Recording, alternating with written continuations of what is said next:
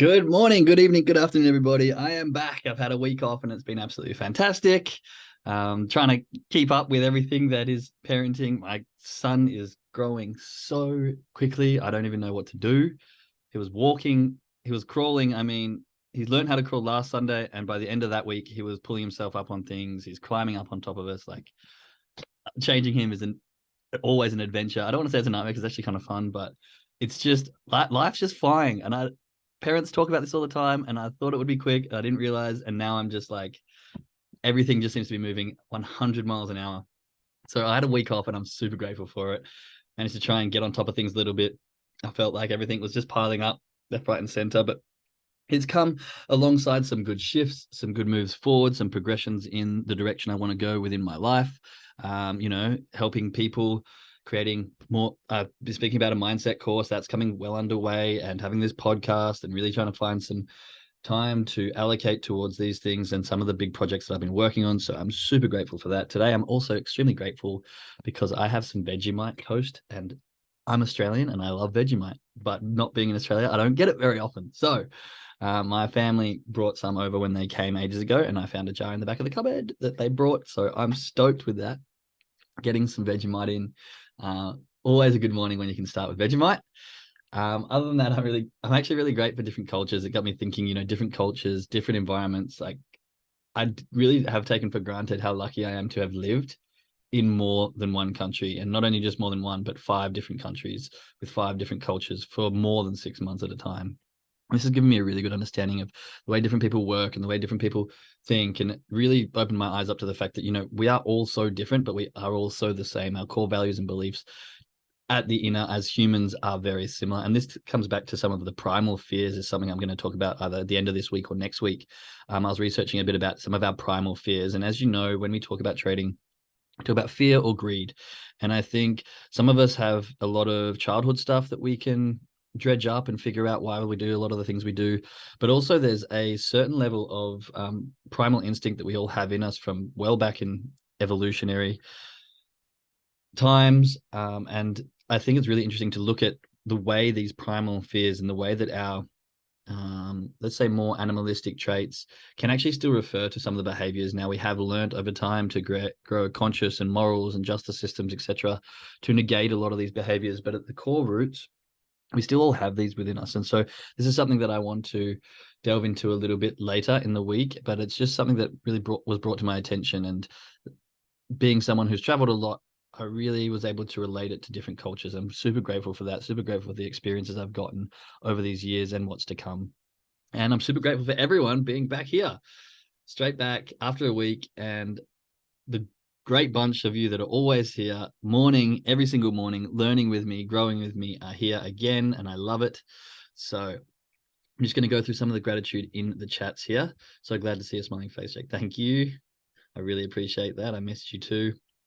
Good morning. Grateful to be back with you. I'm so grateful to be back with these mindset sessions and for conversation that brings increased connection, compassion, and understanding. Yeah, it's really, really good. That's the whole point of these, the whole purpose of these calls is to really dive deep. And the more conversations we have about our mind and our body and the behaviors that we're doing, and the more frequently we have it. So if you jump on these calls every single morning, or you're listening to a podcast like this, it doesn't have to be mine, it can be anything similar every single day, then you're really starting to push yourself ahead of others. And it's the compound effect. You listen to just something like this, it only has to be 20 minutes, half an hour, but you do that every single day.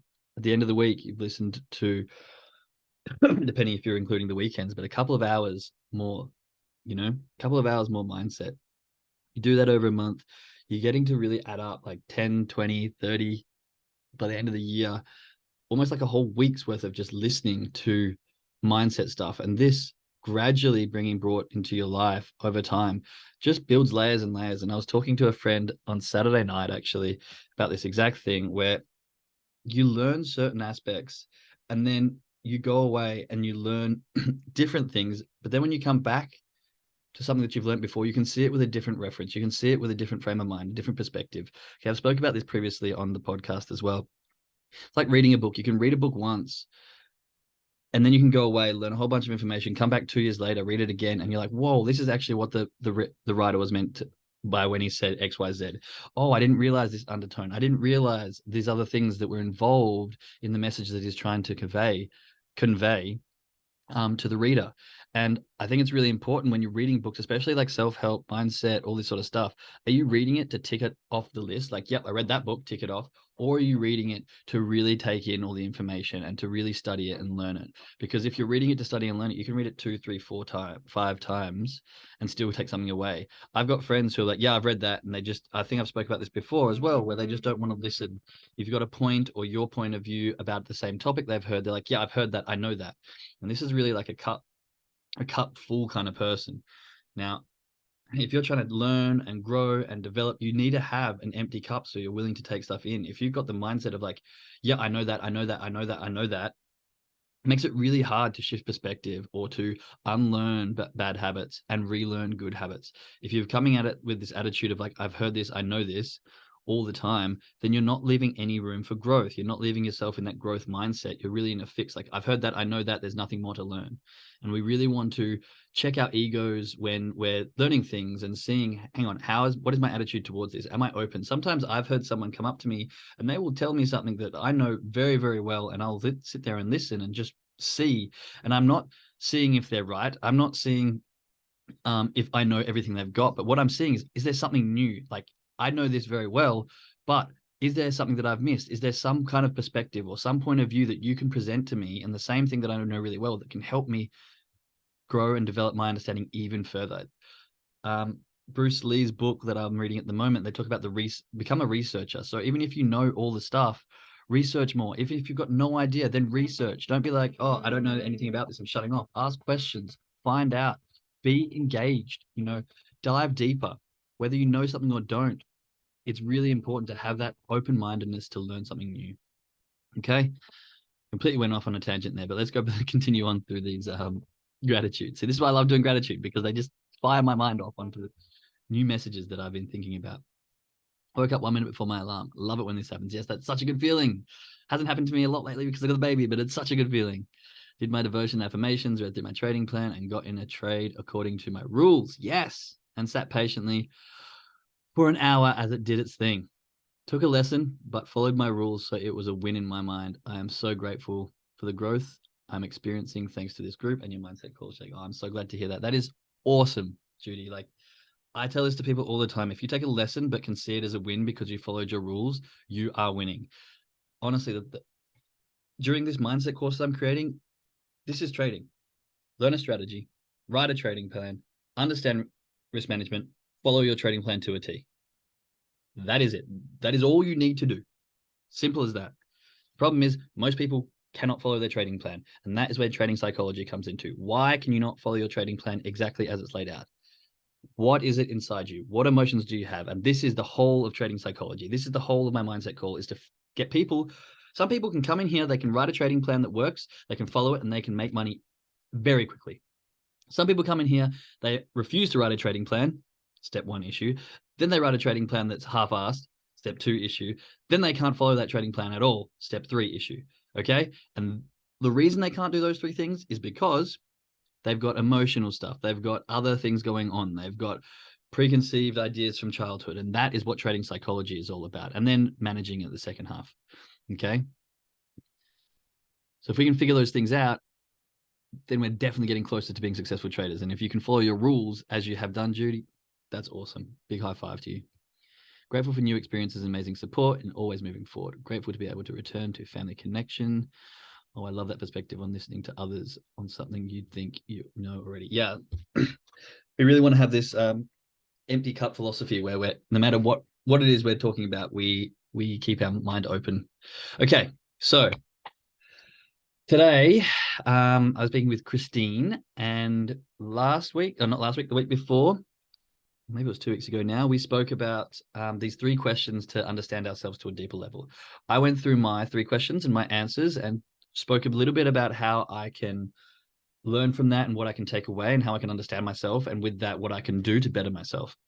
Okay. And Kristine has very, very kindly offered to, she went through her questions and she found out a bit about herself, and she's offered to go through them and share with the group kind of what she's learned. And depending on what she would like, I'm happy to go through and we can sort of break down anything, lessons that we can take away from it, and how we can help understand Kristine and her situation, and how we can help move forward in understanding herself and maybe some of the habits and stuff like that that we may need to work on. But Kristine, are you there?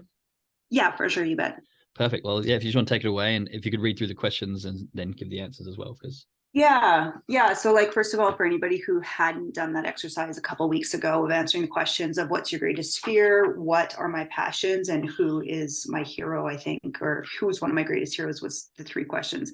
yeah. It's just very eye opening. And so I sat down one morning and just kind of treated this like, just kind of a journaling process because, I recognized, okay, what's my greatest fear? And the first thing that came up is like, I'm quite scared of just not being enough and disappointing people and letting them down. And, when it comes specifically to investments, and, I'm afraid of, investing some dollars and then turning around and losing it all. And, that came from past investments that had failed and didn't go through. And so, you know, the thing that's kind of showing up, I'm getting some coaching with Teresa right now. And the thing that's showing up quite frequently for me is this whole idea of not being enough or not doing enough. And so, I kind of asked myself, like, where else does this show up in my life? And I remember, not being able to do enough for my parents growing up. I remember first, getting married and not being able to feel like I was enough for my husband, even though, he always assured me I was, but there was this underlying root fear of just not being enough. And so I thought, well, if this feeling of not being enough is, present with me in different aspects of my life, like, kind of like, what's that about? And then I was like, geez, is it possible that I feel unworthy? Is it possible that I question, am I worth it? And you damn well better believe, like, when it comes to trading, I look at people like Teresa. We hear stories of these other people who have 7, 8 figure accounts, and you hear stories of, what they can do for other people and how they can give so generously and share. And I think, man, am I worth it? Like, am I worth, being someone who is worthy enough to manage a 7 and 8 figure account, or is it possible that maybe I don't believe I'm worth it? And then I thought, well, what about in relationship? Am I worth it? Am I worthy of people's time and their energy and their passion and their friendship? Am I worthy of their honor and their trust? And like, this just started to get like really deep for me, and deep in a very positive way, but frick, man, in a hard way too. And so, when I look at it, I'm like, man, I'm somebody who's always had big dreams, like real big dreams. Like, I want to live this big and abundant life. I want, this beautiful property in BC, not just, to show photos on social media, but I want this property to share with the people who genuinely can't afford vacations. And that's been a dream of mine for years. And so then I was like, yeah, but that's so far out. And it kind of brought me back to, looking at, okay, like, I really have come so far, like, I'm somebody who was raised in a home that struggled financially, struggled relationally, struggled with addiction. And I remember in my early 20s, I came out just a very angry person. And, over the years, there was a lot of stuff to work through. And I think of like, man, if I've come so far, and if I can focus on how far I've come, then maybe it's possible to look at, okay, I still have such a far way to go. And so, maybe back then when I was in my 20s, I wouldn't have realized, the life that I could be living today, fast forward 20 years later. But it's like, I probably would have been afraid of the person I am today. Like, I wouldn't have believed that I could have genuinely been happy and content and at peace. I would have been afraid of that peace just because I was almost addicted to the struggle. And so, it brought me like a little bit further in looking at it. And I was just like, man, kid, like, I talked to myself like, kid and girl, girl, you got to listen up. In a And year, so child, I looked at, child okay, over energy. these years, like, I have given myself permission to take some risks. I've given myself permission to make mistakes and to grow. And, I'm discovering that there's these gifts that have been placed in me, and there's these capabilities that are within me. And so why, if I recognize that I have gifts and callings and abilities in me that are unique to me, why is it that I still question if I'm enough, or question if I'm worthy? And so it kind of brought me to this place of years ago. I think I was driving. Gosh, I could get emotional. I'm sorry, guys. It's okay. It's good. I was driving, and this quote came to me, and it's come to me again and again and again. And it came to me again. And I'm sure many of you have heard it. And so I'll do my best to keep it together here. It's a quote by Marianne Williamson that says, our greatest fear is not that we're inadequate. Our deepest fear is that we're more powerful beyond measure. It's our light, it is our light and not our darkness that frightens us most. And so we ask ourselves, who am I to be brilliant, gorgeous, talented, and fabulous? Actually, who are you not to be? Your playing small does not serve the world. You were born to make manifest the glory of God that is within us. Very powerful quote. And How you as we doing let there, our own light Kristine? shine, we unconsciously give other people permission to do the same. And I think, like, at the root of my fear is that I am afraid of light, like just living so much in the light and so much in the power and greatness that's been given to me, like not that I have to muster up, that genuinely exists within me. I'm afraid to live that out. And a simple example of that is, my family and I just went on this amazing vacation, and I had just an incredible time together. And for whatever reason, I'm afraid to share photos, and I think I'm afraid of what people will say, like, oh, you're so lucky. And as I listened to this podcast last week, like, the gentleman said, people will call it luck, but they don't see your discipline, they don't see your grind, they don't see your hard work, they don't see how many times you fall and had to get back up again. And so it's interesting. My fear is of power and light and greatness, and yet I fear that because I fear what other people might think of it, that I fear that it could intimidate other people or let other people down. And so when I look at that, there's some truth in that, but I also need to recognize more than anything that that's an absolute crock of crap lie. Like, I don't make people intimidated. I don't make people sad. That's within them, and that's up to them to journey through and work through. And so if I enjoyed a vacation that was incredible, whether I choose to share photos or not, I'm going to be damn proud of that. And I'm not going to fear away from what other people might say of, oh, you're so lucky, and so on. So anyway, there's that for fear, and that's long and that's deep, but it's also so eye-opening. It's So really then good. my passions, I was like, man, I just love to be part of a team. I love to write, I love to lead, I love to teach and speak. And I used to train fitness classes, and it was incredible. It was always like leading and teaching and being with people and just helping people to transform, and it was amazing.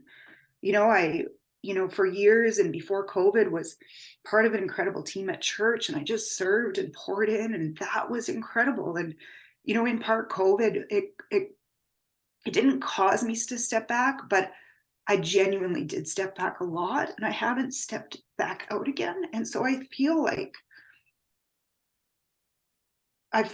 that's interesting. I'll Yeah. just say interesting. And part of my reasoning, and I'll just tell you, like, part of my reasoning along the way is in running, fitness and nutrition. As incredible as it was, my husband's also a realtor. So as you can imagine, in raising two kids, here we have my husband's like balls to the walls, like busy in the spring season. You better believe fitness and nutrition is busiest in the spring. And to be honest, our family life just fell apart every spring. And so there was one point in the spring where him and I fell apart, and he was just like, Chris, like, this is not working. And he was right. Like, it wasn't working. And so I had to really pause and ask myself the question, okay, like, if I fast forward, like, I say family's most important, but if I fast forward my life, 10 years from now, my kids are growing up, like, what do I want my children to remember? What do I want them to say? And for goodness sakes, like, the only thing that mattered in that moment is them being able to say, I'm so glad that mom chose me. And I was like, okay, I remember that moment. That was a pivotal moment. So it's like, yes, I'm choosing my kids. And so there's a part of me that feels the tension between, I want to be out all in with work, because work can give me so much immediate gratification. You guys, like, there is this adrenaline. There is, like, you're trading and you have a 4% day. It's like, holy yeah, I can see the growth on that account, and that feels great. It was good. But I'm telling you, when you're raising teenagers, you can have a conversation, or you can have grace, or you can have patience. And a lot of times they can walk away with an eye roll. And you're like, what the heck? I'm doing the right thing. And here I am teaching in the home where, really in the home where it matters most. And it's interesting because it's like, as a person, I can live out my passion by just listening and teaching and being a part of team, like the team family unit. And yet it's like, I don't see a 4% increase that day. But yet my daughter, one of them, my oldest, who's 18, I see so much growth in this kid at 18. And they say you often don't see it until they're like 20 to 25. And I'm like, shoot, like I'm seeing it now. I'm seeing it in my Mhm. 15-year-old. And so, I think like, in even looking at what are my passions, it's like, yeah, immediately what showed up is to teach and speak and lead and be present and be part of a team. And I feel like even though I've taken a big step away from the public in order to really pour in and be there with my kids and support my husband, I'm also like, this process actually helped me to realize, like, holy crap, kid, you're actually doing this in your own home. Like, don't overlook how this is actually being walked out to the most important people in your world. And genuinely, when I say what was most important, when I ask myself the question, what do I want my kids to say? They can. I trust and believe they will be able to say, I'm so glad mom chose me. And so, even though I thought I no longer got to, teach and lead and be a part of a group, it's like, no, I'm actually part of the most important group right now. And that's just raising my children to become healthy, capable, Mhm. confident adults. And that was just such a treasure. So, yeah, so that's there. But I got to tell you, I also got to know, how can I more so teach and lead and be a part of a team outside of my home, because that is still desperately missing. So yeah. And then who's my greatest role model? I love so many people, like authors and speakers, but when I really sat down, I was like, man, it's my mom and dad. That's My nice. parents were from Eastern Canada to Alberta, because Eastern Canada was like, fisherman village. So unless you're a fisherman, you were desperately broke and bankrupt. And so they moved to Alberta with just a car and a couple suitcases. And they just took such a risk with two young kids. And I just imagine the courage it must have taken them at like 22 years old to make that decision. And my dad started a business. It went bankrupt. He started another business. He became a part of a corporate business that he then climbed the corporate ladder and was like, this is awesome, but I want to return back to business. And so with everything he gained, he went to business and became a very successful businessman. And I think, like, man, he taught us so much about hard work and discipline. And he wasn't without fault and failure. I mean, he had major problems with alcohol for most of my life. And I was very angry at him in my Mhm. 20s for that. But now that I'm in my 40s, I'm like, holy mother of goodness, he fought a battle I will never have to fight, because he paid a price.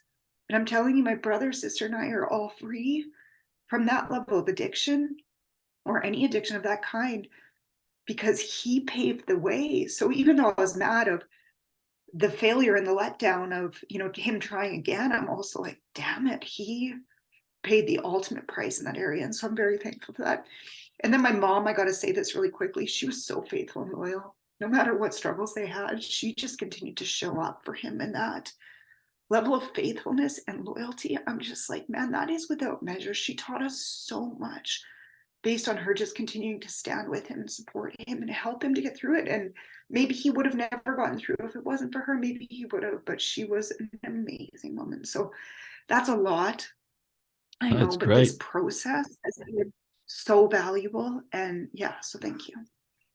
Thank you so much for sharing. It was very vulnerable and very open and very honest, which I really, really appreciate. And I think a lot of people, probably in this group and who listen to this podcast later, can relate. I know there's a lot of underlying issues there that are very much in tune with my journey and my story, and a lot of the things that I have felt and dealt with and have had to overcome on a similar level. So I think a lot of people can relate and a lot of people can take away. And this is why this exact exercise is so important, because as you can see, Kristine's been able to take a lot away and dive deep. And it's, you take it as a journaling, you start with the questions and you just start to unravel what lies within and what lies beneath, and try and dig to the levels of like, why does this happen and where does this come from? And you've done an excellent job. with that, Kristine, and obviously found a lot of things where you can now grow and work on and move towards and start to, unravel a little bit further. And I think that's awesome. Just a couple of points here that I sort of took away. You said you have to choose, like you really like being a leader and sharing and speaking, and I think you've made the decision to be there for your family, but then you can then turn around and say that your idols or your people who you look up to the most were your parents. And so it kind of runs through the tree. If your mom had those incredible traits which you like, you can take the good parts and, shift the negative parts from your parents' addiction and stuff like that, and pass the incredible lessons down through the tree. And then I'm hoping that your kids at the same age will be like, I'm so proud, my idol is my mom and all the stuff that she chose and gave to me. So it's an interesting observation from both you being able to see your hero as your parents and then making that decision to be the hero for your children by choosing them now, which is incredible. And I think on to the part of wanting to speak and lead and give back. A lot of the people that I speak to have interviewed and discussed with, they say, real success comes from being able to provide value to others. And it's just as simple and straightforward as that. The more you can do for others, the more success you'll feel. And that's because if your passion is to help others and give advice and grow and lead, then doesn't matter the finances. You're going to feel success from that if that's what your passion is and that's what you can follow. Now, it's great if it can coincide with a bunch of financial wealth, but the whole point, finding out what you're truly passionate for. If you find that the path that you're on has nothing to do with your passion, then it's easy to make that shift. And so having a shift in perspective, like this is who I'm leading now. This is my group. This is my pack. And you've got your family to really grow and inspire. And I'm only guessing now because my boy is only 5 months old, but I can imagine at 16, 15 and 18, they're getting into real adults and they're going to be making real serious life decisions. And to have a good role model who's continuously growing and pushing through and developing and learning themselves is going to be a great help to them. I mean, that quote that you shared is incredible. It is our light, which scares us the most. And sometimes we really can be fearful of, and it's at a subconscious level, we can be fearful of success because, I mean, in Australia, we call it the tall poppy syndrome. As soon as you start to break out from the group, people cut you down. They, give you shit. They make fun of you. And now that you're consciously aware of it, it's not actually that hard to deal with when you're consciously aware of it and you're like an adult and you're like, yeah, whatever. But there's still that inner child of you who gets beaten up by it because it was happening at a young age. And you're like, oh, actually, I'm scared of going out in case it gets bad or in case it gets that level where I'm hurt again. So these things are really great to notice and observe about yourself. And I think just doing this exercise, you've now got a lot more openness to travel through that journey and start to delve through ways in which you personally can deal with them. So again, thank you so much, Kristine. That was really nice of you to share your vulnerability. Yeah, it's a powerful process and I'm very grateful. So thank you for presenting the questions, the opportunity. No, you're very welcome. And again, thanks for your vulnerability and sharing. And I love that quote. It is, and I think a lot of people have that same fear of really, really shining. Not just like doing a couple of things that are good, but like really breaking out and just being this bright star, this beacon of light. And once we can delve in and understand why we have that fear, then I think things can really start to shift and change. All right.